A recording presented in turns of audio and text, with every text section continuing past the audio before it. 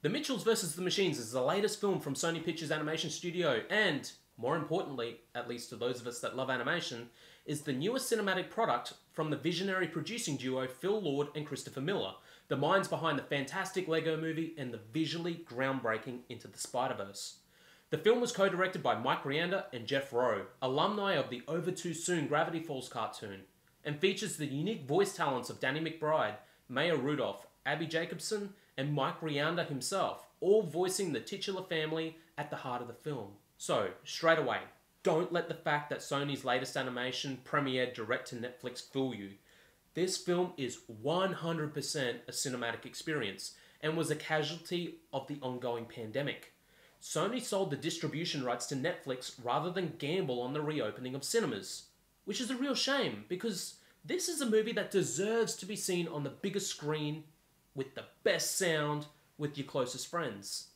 The Mitchells vs. the Machines is, at this point, my very favourite film of the year. The film concerns itself with the Mitchell family unit, a group of individual oddballs that finds themselves in the middle of the machine uprising. Katie is invited to attend film school and, in order to repair his relationship with his daughter, Rick packs the family station wagon and begins a cross-country road trip. At the same time, Mark Bowman, a self-absorbed tech billionaire, unveils a new artificial intelligence that will totally not turn evil, which, to nobody's surprise, decides to eradicate the entire human race. It's only through repairing their fractured family and relying on one another's strengths that the oddball Mitchells can overcome the rampant machines and save the day. While the plot itself treads a familiar path, and really we've seen variations on this story before, it's really the humour, the heart, and the animation that are the stars of the show. The Mitchells vs. the Machines is funny. I mean, really funny.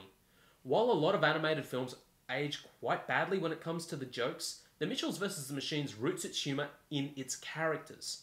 There are so many jokes that are set up as funny bit pieces that are repeated and escalated and not even paid off until the end of the film. The movie manages to avoid a lot of the low-hanging fruit jokes that most other non-Disney animated films are more than happy to snag. I've seen a lot of movies that are less funny and more reference-heavy. Instead of actually setting up gags or utilising character, some films just hit that pop culture reference button and it stops being funny about 20 minutes after the world has moved on from whatever memes it's mining. The Mitchells vs. the Machines digs its humour from its characters. While the pop culture references are there, they're in service of the characters first and foremost. There is some really clever commentary on capitalism and consumerism that doesn't demonise technology, which is a hell of a tightrope for the film to walk, considering its plot. When Rick confiscates everyone's phones and smashes them in absolute glee, it's funny because the film has taken the time to set up why he hates them so much in the first place, and it has absolutely nothing to do with the machine apocalypse. I love how much heart is in these characters. They all feel fully formed and completely avoid a lot of the cliches that plague movies like this. It's fantastic watching scenes play out, and thinking they will do one thing and then watch characters make smart decisions instead.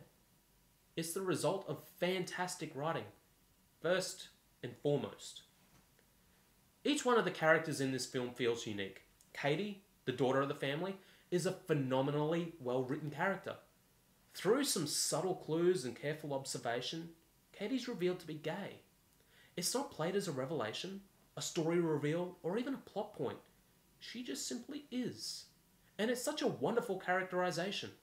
It doesn't feel like a checkbox being ticked off, or a diversity quota being filled.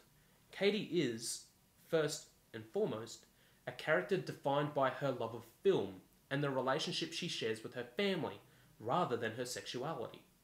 It's wonderful. She's my favourite character in the film.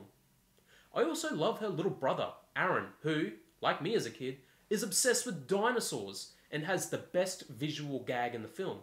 He's grappling with the fact that his sister, his best and only friend, is leaving home for college, and he is delightfully strange and quirky and obsessive and is totally my favourite person in the film.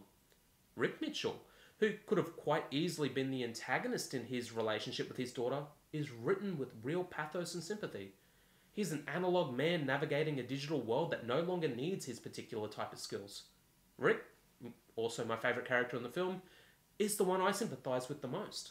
Linda, the mother Mitchell, also my favourite character, even gets her own time to shine as the voice of reason and the destroyer of robots. She's amazing. Even while taking the time to set up and pay off these amazing characters, the film finds the time to make me feel pretty goddamn awful about how I speak to Siri and treat my phone. Seriously. Humour and heart, with each element, builds up and pays off the other. It's great stuff. It would be irresponsible to discuss the Mitchells vs. the Machines without highlighting how absolutely spectacular the animation is. While Pixar has been working their way towards photorealism and DreamWorks has been working their way towards catching up with Pixar, Sony Pictures Animation has been off doing their own thing, which, at least in my opinion, is so much more interesting. Pixar and Disney might, at first glance, look more technically accomplished, but Sony has been blowing off the doors with what we think animation should be and look like.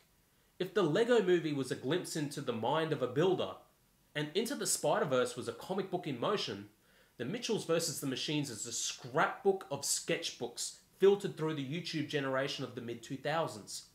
It's hyperactive, it's fluid, and it's totally unique. While you could line up most Disney, Pixar, and DreamWorks animations side by side without many stylistic differences between the art styles, nobody is confusing the Mitchells for a Mickey Mouse production. This is the type of animation that, like Spider-Verse, people will be deconstructing and analysing for years to come.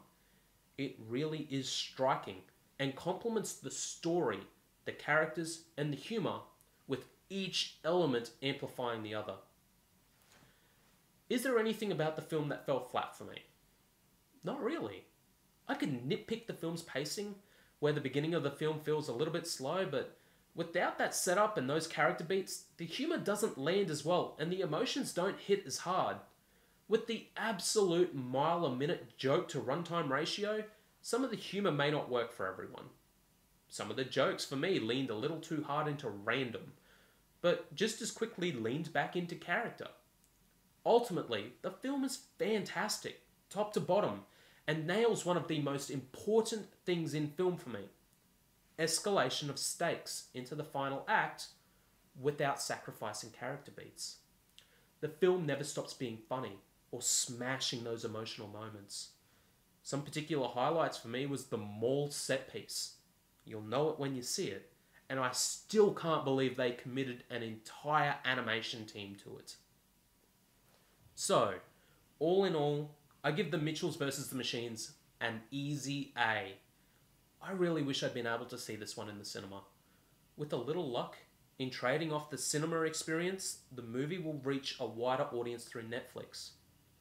At least, I hope. I also hope I'll be able to buy this one in 4K Blu-ray to sit on my movie shelf, alongside Spider-Verse and Lego Movie. If you have Netflix, you owe it to yourself to check this out. Word of mouth is going to push this film pretty hard, I think. I don't know what to tell you guys. I really enjoyed The Mitchells vs. the Machines. Have you had a chance to check the movie out yet? Did you like it? Love it? Disagree with me on every level? You should let me know in the comments below. And, as usual, I'll see you guys in the next review. Later days.